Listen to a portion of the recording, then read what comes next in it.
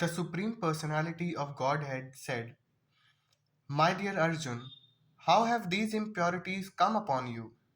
They are not at all befitting a man who knows all the values of life.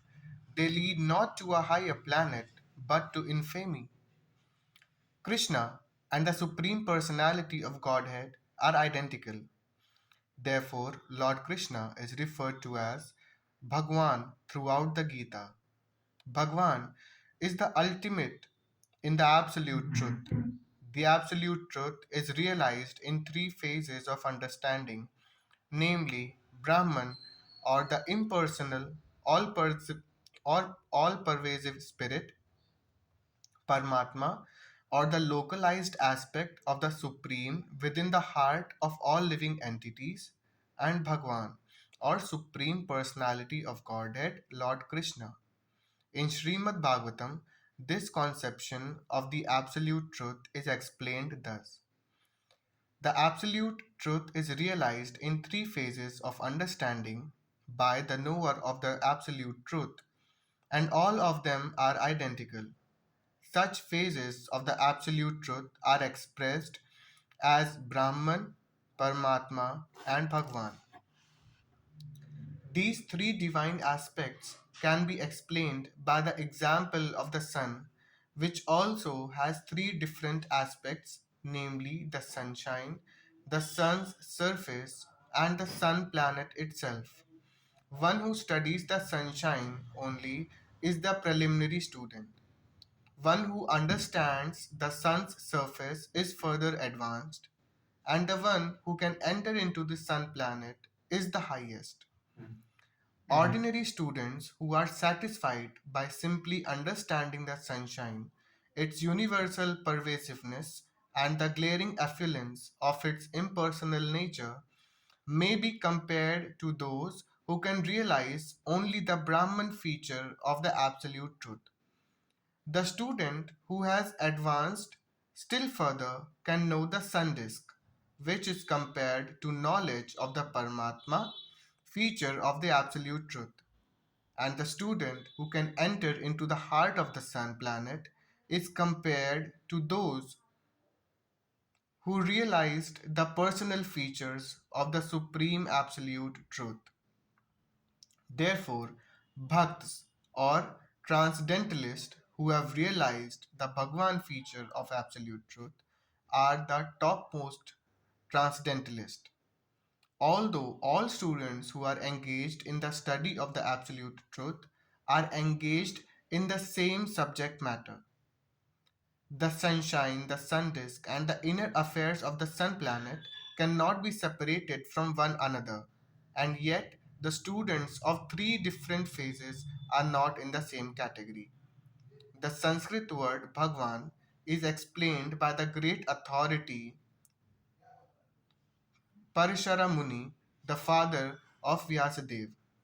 The Supreme Personality who possesses all riches, all strength, all fame, all beauty, all knowledge, and all renunciation is called Bhagwan.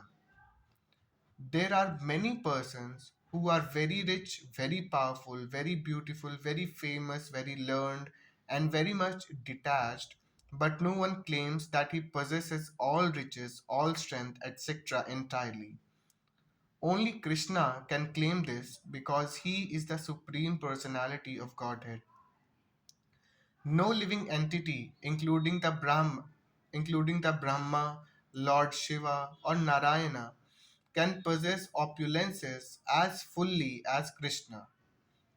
Therefore, it is concluded in the Brahma Samhita by Lord Brahma himself that Lord Krishna is the Supreme Personality of Godhead. No one is equal to or above him. He is the primeval Lord, or Bhagwan, known as Govind, and he is the supreme cause of all causes. There are many personalities possessing the qualities of Bhagwan, but Krishna is the supreme because none can excel him. He is the supreme person and his body is eternal, full of knowledge and bliss. He is the primeval Lord Govind and the cause of all causes. In Bhagavatam, there is a list of many incarnations of the Supreme Personality of Godhead, but Krishna is described as the original personality of Godhead from whom many incarnations and personalities of Godhead expand. All the lists of the incarnations of Godhead submitted herewith are either plenary expansions or parts of the plenary expansions of the Supreme Godhead, but Krishna is the Supreme Personality of Godhead Himself. Therefore, Krishna is the original Supreme Personality and the Absolute Truth, the source of both the Supersoul and the impersonal Brahman.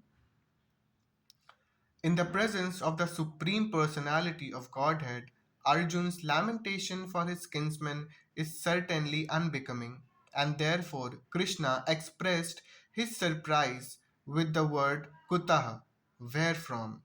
Such impurities were never expected from a person belonging to the civilized class of men known as Aryans. The word Aryan is applicable to persons who know the value of life and have a civilization based on the spiritual realization.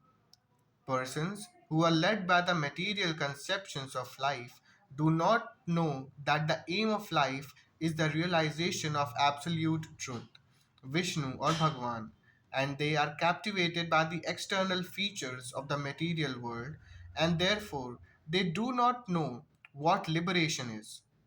Persons who have no knowledge of liberation from material bondage are called non Aryans. Although Arjun was a Kshatriya, he was deviating from his prescribed duties by declining to fight. The act of cowardice is described as befitting the non Aryans. Such deviation from duty does not help one in the progress of spiritual life, nor does it even give one the opportunity to become famous in this world. Lord Krishna did not approve of the so called compassion of Arjun for his kinsman.